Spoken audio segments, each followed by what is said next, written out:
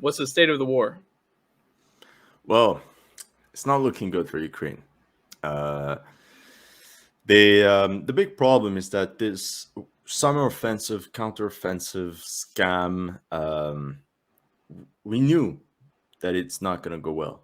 Um, we had some podcasts together that we discussed what could happen in the next few months after Bakhmut, and most of it's actually slowly taking place. So now the problem of the Ukrainians is that they lost a lot of weapons, military equipment, lots of NATO trained troops in the fields of Zaporozhye.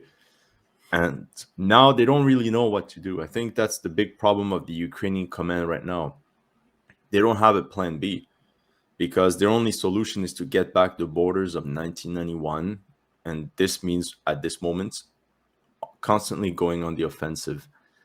Now that they lost in southern Ukraine, what can they do now? Stay on the defensive, but that would mean they lost the war, and that would also mean that they would only fight to lose less of their territory. Yeah, yeah, it's definitely it really is something because it seems to me like the plan was really just to throw some troops, money, and equipment at gaining enough ground for a reinvestment to occur from the West. Does that sound basically what the plan was? Like if it, maybe Mm-hmm. perhaps not even reaching the Sea of Azov, but creating a big enough wedge in Russian lines, maybe the Americans and the Europeans will give us a second round of funding and equipment. It feels like that's what Ukraine was hoping for. Yeah, it's very possible, and yeah. So we saw the problem of the confirmed losses. We don't know how many losses they had that is not recorded. When you have an artillery strike at the rear and nothing is recorded, probably some equipment got destroyed, but you don't have an actual proof.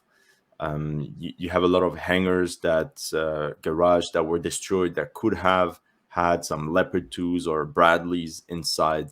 So it's very hard to know the actual amount of casualties. But for example, the 47th Brigade, which was the flagship of the Ukrainian counteroffensive, got demolished to the point where now it's mostly mobilized personnel. It's not the well-trained guys that started the entire thing. Right. And Yeah. and I think there was also some sort of waking call because this 47th Brigade, the West blamed a lot of Ukraine's problems on Soviet mentality, Soviet hierarchy, Soviet stiffness. But most of Ukrainian military officers stem from the Soviet mentality. Now, they wanted guys that did not go through this. So they took this brigade, and all the commanders were under 30, and they did not go through this Soviet military academy. Now, they were trained by the West, fully equipped by the West. They had M16s, Bradleys, Leopard 2s, full NATO. They go into battle and they get wrecked, and they get wrecked over and over again.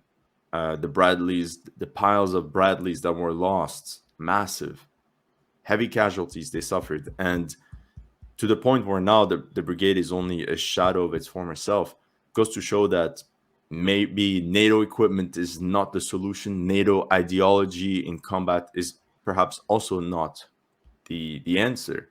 Is there any other potential possibilities for why it could have failed so dramatically? Like maybe just uh, maybe the equipment that was provided just wasn't sufficient, or air support, things like that.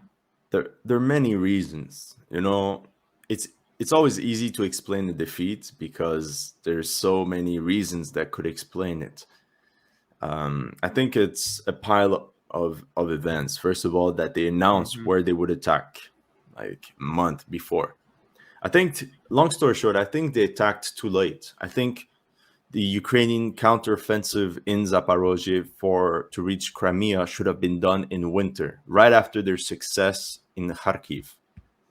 This was the moment where the Russian army was at their weakest. They did not have, Demoralized too. it was demoralized, not enough men on the ground.